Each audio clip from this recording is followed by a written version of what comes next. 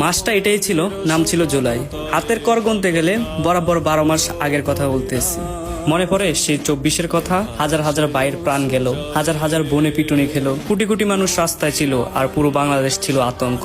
একজন পুলিশের বন্দুকের সামনে বুক পেতে দিল, আরেকজন পানি নিয়ে মাঠে নামলো। রইল না কারোর জীবন, একের পর এক চলল হত্যাযজ্ঞ। চলে গেল হাজারো প্রাণ, খালি হলো হাজারো মায়ের কোল। ভাই ভাইকে হারালো, বোন বোনকে হারালো, বাবা মা হারালো তার সন্তান। কি নির্মম দৃশ্য! রাস্তাঘাট, দোকানপাট, এ বাড়ি ও বাড়ি সব জায়গায় একই কথা চলতো। প্রতি বাড়িতে বিদ্যুৎ, ঘরে ঘরে টিভি, প্রত্যেকের হাতে মোবাইল থাকা সত্ত্বেও পেতাম না কোনো নিউজ। বন্ধ করে দেওয়া হয়েছিল সকল কানেকশন, আর নেওয়া হয়েছিল হাজার লাখ ভাইদের প্রাণ। দেওয়া হয়েছিল শুধুমাত্র 5 জিবি ইন্টারনেট।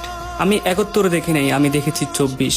71-এর মূল চেতনা ছিল বাংলাদেশকে স্বাধীন করা, ঠিক একইভাবে 24-এর চেতনাও ছিল সেই বাংলাদেশকে সংস্কার করা, স্বাধীন করা। তবে একটা প্রশ্ন থেকেই যাবে, বাংলাদেশ কি আদৌ স্বাধীন?